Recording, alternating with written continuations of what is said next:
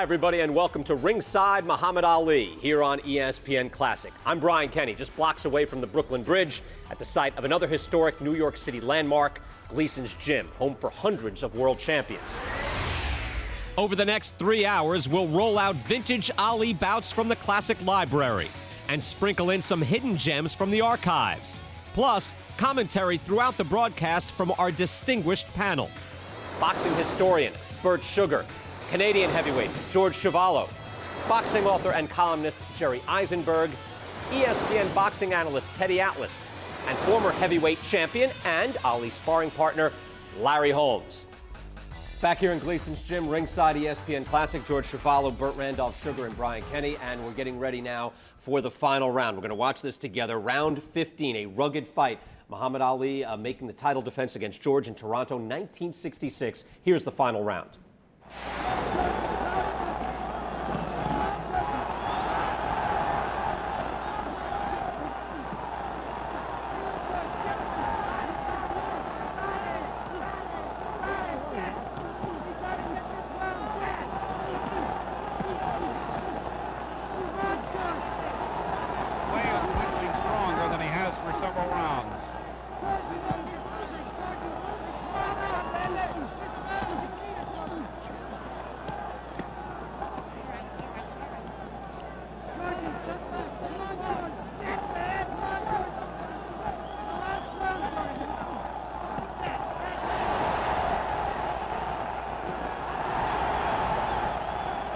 Left hook was a grazing blow.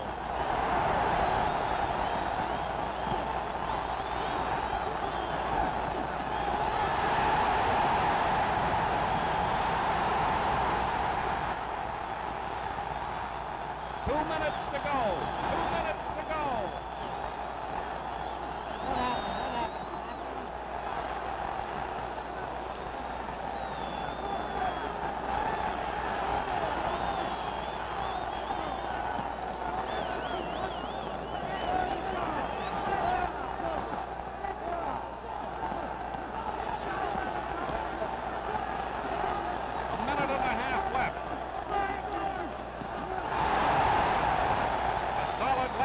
By Chuvalo.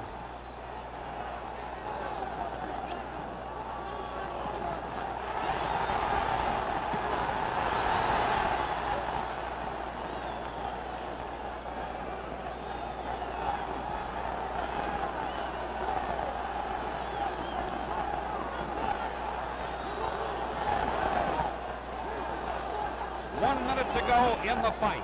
1 minute left.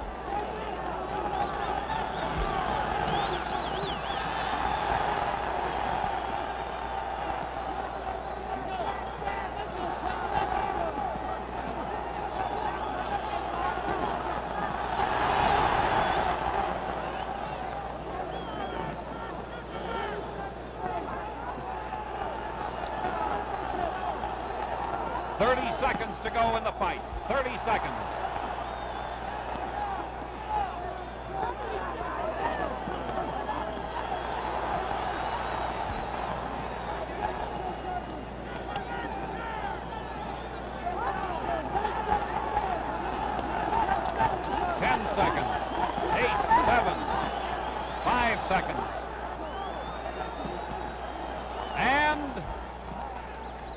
It's all over.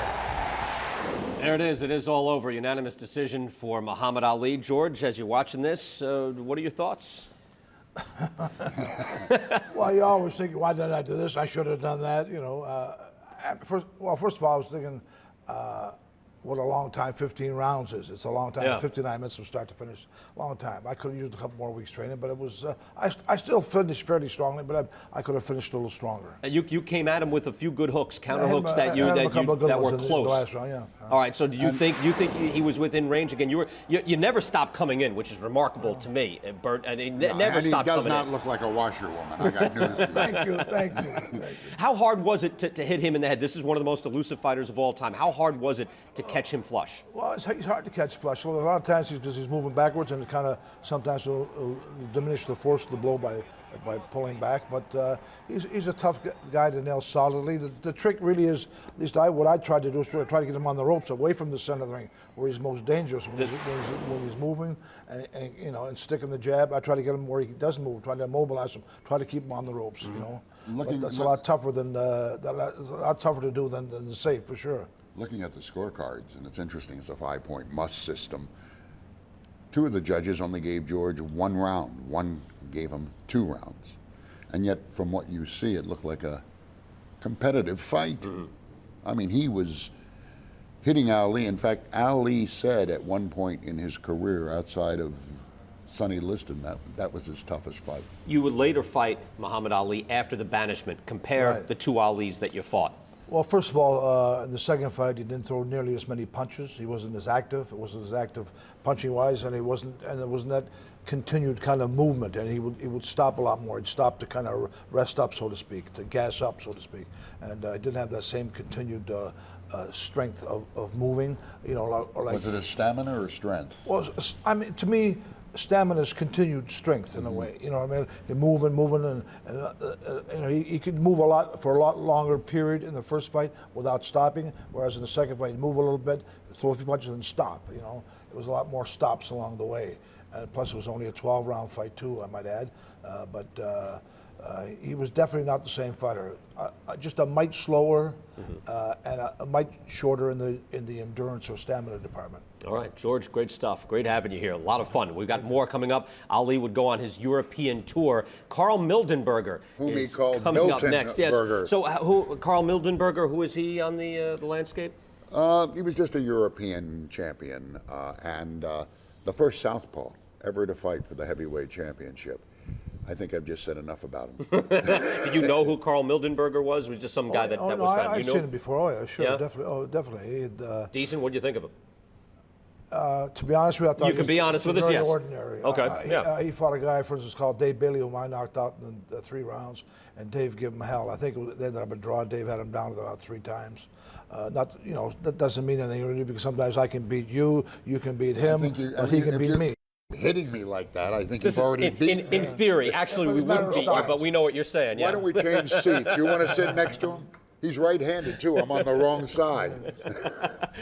All right, Muhammad Ali, Carl Mildenberger, coming up next, a 12-round fight.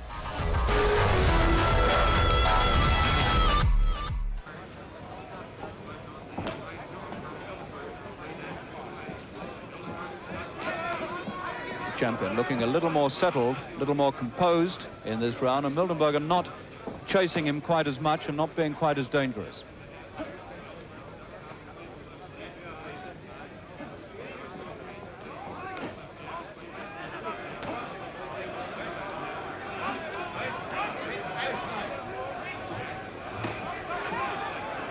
The left hand is the one that Mildenberger's done his best work with, the left hook.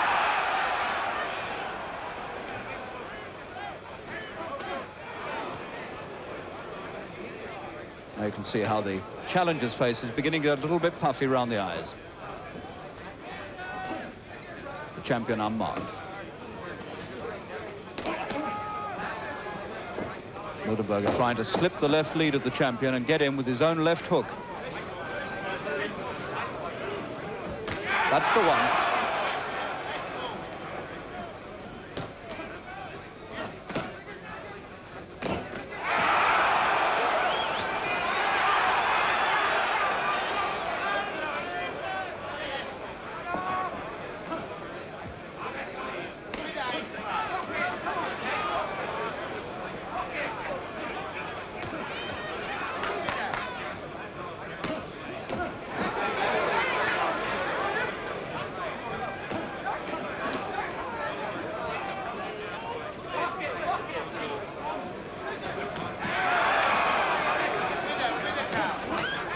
No sign at all yet that these quick jabs, which seem to have bemused so many opponents, are having a great deal of effect on Mildenberger. He's taking them all and still coming back with a good punch every now and again. And in fact, the heavier punching is coming from the challenger.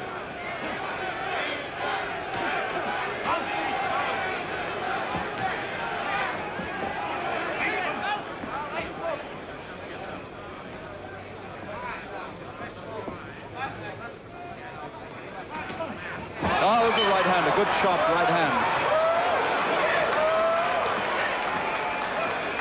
And that came right on the bell. That was right on the bell. And he momentarily went down, and I thought there might just have been a count. But maybe Teddy Walton ruled it as more of a slip than a knockdown, although it looked to me like a good sharp right-hand punch from the champion.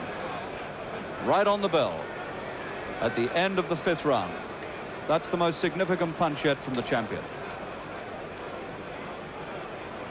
More work on the challenger's face.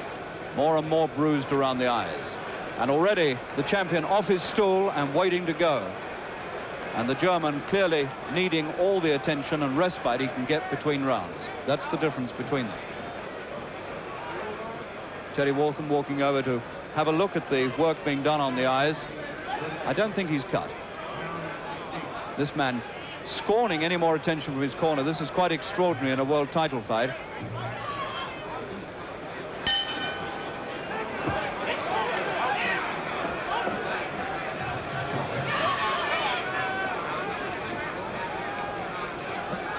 So now, was that right hand from the champion a portent of things to come? Is he beginning now to get really on top of the German southpaw? Is this amazing world champion now, with his quantity of punches, beginning to knock the strength out of this quite brave German southpaw challenger, Mildenberger, who so far has done pretty well in this fight?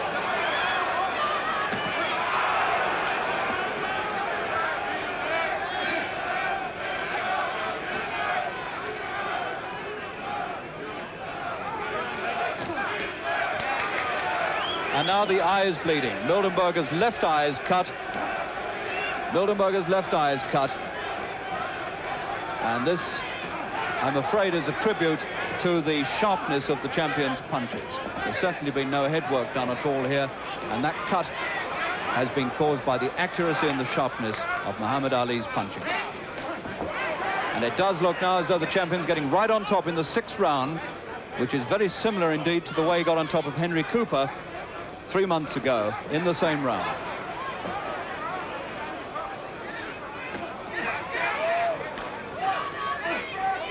And it looks to me as though Mildenberger now is cut under and over the eye.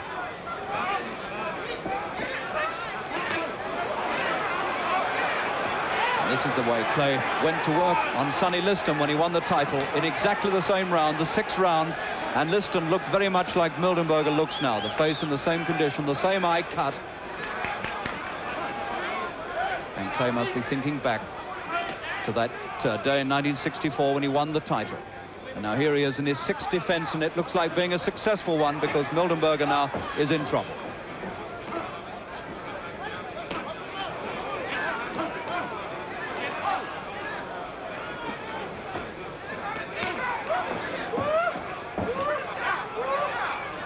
One thing is clear here, Mildenberger is not going to give up.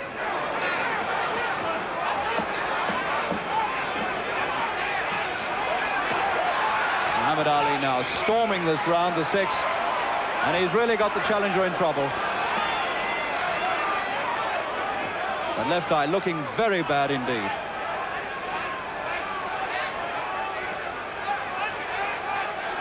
Last half minute of the 6th.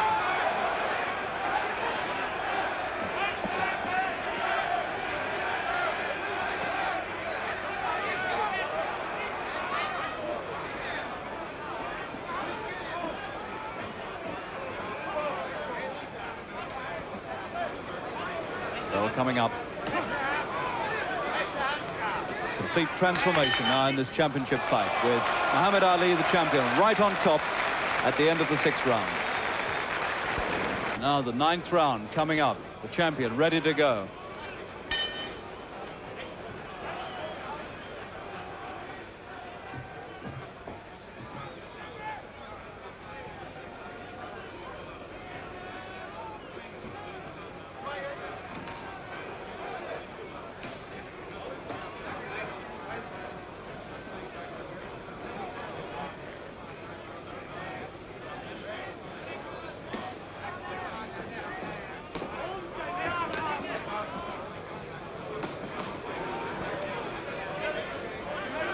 champion again now, using that left hand to try to set Mildenberger up for the right and maybe the final punch. And Mildenberger now trying to come through it, trying to find an opening somewhere, trying to come through these punches and produce a left hook of his own, which will put this supremely confident champion on the floor.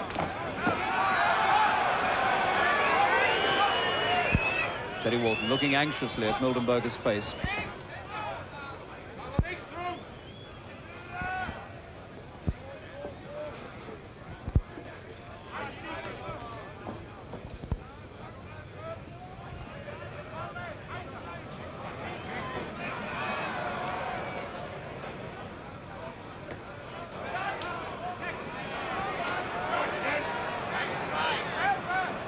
Teasing the champion with the sort of punches the champion likes to produce himself, those flicking leads.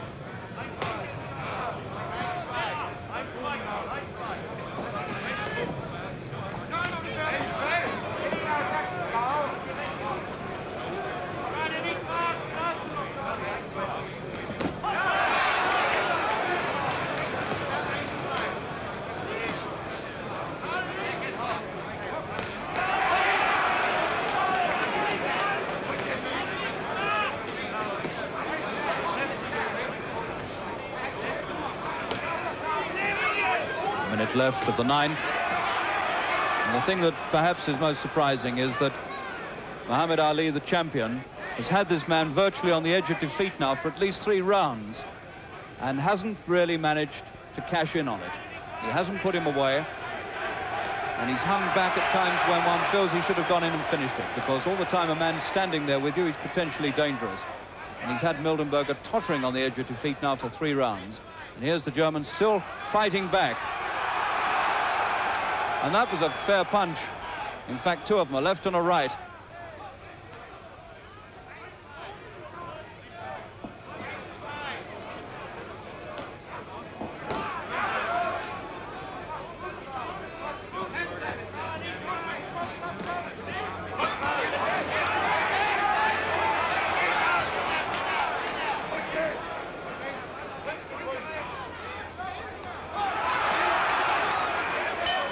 And there's the bell to end the ninth, and that wasn't all that much of a round in favor of the champion. In fact, it was fairly even if you just count to actual punches landed.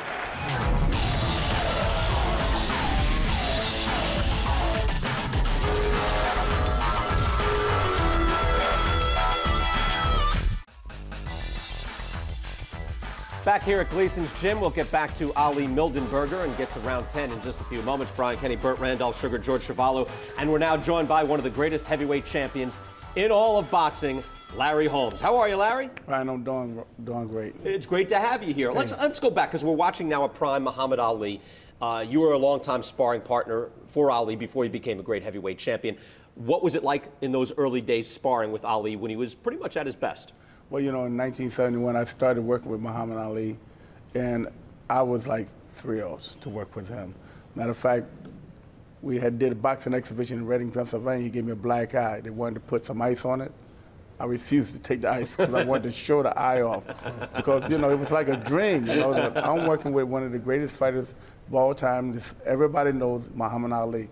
And, you know, even when I got home and I told them that Ali gave me the black eye, they didn't believe me. They thought I was crazy. Too many fights already, I guess. How hard was he to get to? I mean, given what the equipment that you brought into the ring and your great jab, the all-time great jab, how hard was he to reach in the ring? Well, that's what I had to do, use the jab. Because the right hand, when I thought it was always kind of short. And I had to learn how to get close to him by using the jab up and down. Mainly it was all body punches with Muhammad. Because to land a good right hand in the face or whatever, couldn't do it. Well, watching this fight with Carl Mildenberger, did Ali have trouble with southpaws, or just everybody has trouble with southpaws? Yeah, everybody mostly have trouble with southpaws because they come at you different. You're usually fighting right-handers all the time. Then all of a sudden the guy's fighting you like this. It's kind of difficult. How much did it affect Ali, did you think, Burt? I don't think it affected him at all. He used a right-hand lead every now and then anyway. And one of the ways you fight a left-hander, and there are different ways, but is to lead with the right because he's situated for it. So I don't know that Ali had a particularly tough time with the man he called Milton Berger. And still a guy at his best. George, what are your thoughts, on this fight? Well, I think Mildenberger was a decent heavyweight, but he was far from a great heavyweight or a real good heavyweight. He was awkward, mainly because of his southpaw stance, but he was, I guess, fairly durable, and he had a decent record. But I mean, I don't know. I never held him in too high a regard, to be honest with you. He wasn't a great puncher. It wasn't didn't have great speed, but he was. But other than that, he was great. Other than that, he was dynamite. What can I say? I'm just trying to be honest. Yeah, I mean, no, what absolutely. Larry, what was Ali like in camp? I mean, how hard of a worker? Did he like sparring, dislike sparring, running? What was he like? Oh yeah, he did a lot of that. He did a lot of running. I mean, I used to run down Deer Lake with him. We used to go by the mink farm, and he would just run and run and run. He'd get up early in the morning and run, And he liked working out in the gym. We always liked to get there a little bit before him, but sometimes he'd beat us in the gym, and always getting ready. And we never knew who was going to go first, so you always had to stay ready. Mm-hmm. Did Ali ever run backwards for given long periods of time? Ali ran backwards. He ran backwards, turned side to side. He did it all like he was in the ring, and that was good for, I guess, his backing up, because he did that a lot. And did you run backwards with him? Backwards? No, I didn't want to run backwards because I had to fight Ali going forward. He wanted the pressure and he wanted the quick hands, so therefore I was going forward, Muhammad. Great stuff. Let's get back to this fight now. Again, Ali Mildenberger. We pick it up in round 10. Interesting to remember, this man had already had 20 professional fights when the champion here first became a professional fighter.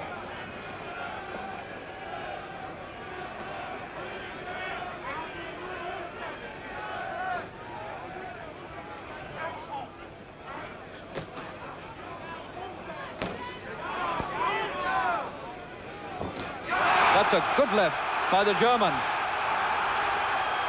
You could see the shudder that went down the champion's frame as he put that short, jolting left-handed.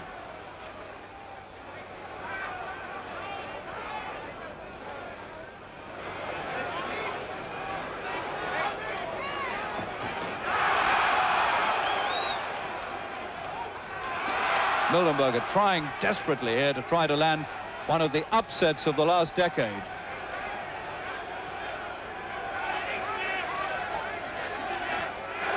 That's a good punch to the body. He really hurt the champion with that. A beautiful left hook to the body. He almost doubled him in half. That, I would reckon, is the hardest punch that Muhammad Ali has taken for a long, long time. Slip.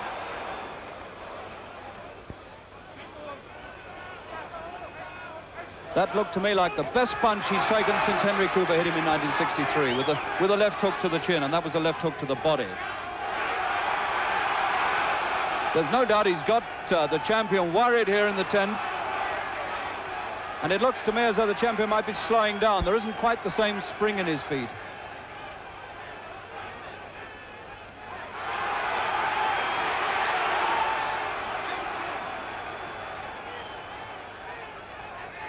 Well, this is an astonishing 10th round. And Mildenberger is not far away here if he can land another good punch from really doing something sensational.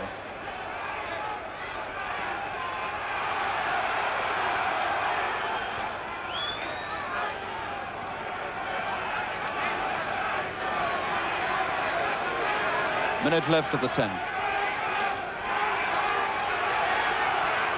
And this has clearly been Mildenberger's round. It's the best round he's had. If only he can keep the pressure up.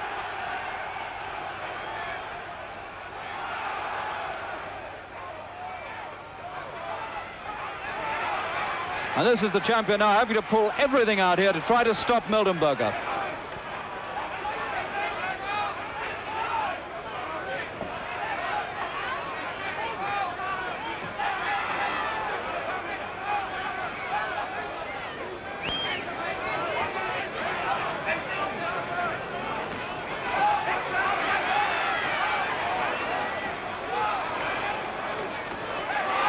Got him with 10 seconds of the 10th round left.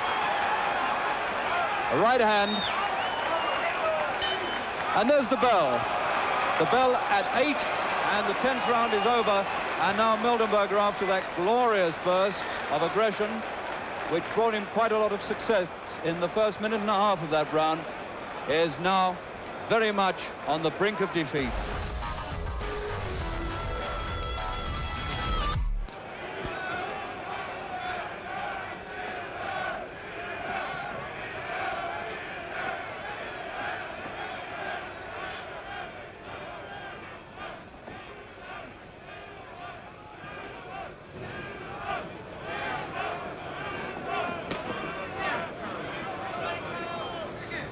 The 12th round, and this is the round in which Floyd Patterson succumbed to the champion in Las Vegas last year, but Patterson didn't put up anything like the resistance that Mildenberger has. In fact, he fought for most of the fight with a bad back. He was a virtual cripple.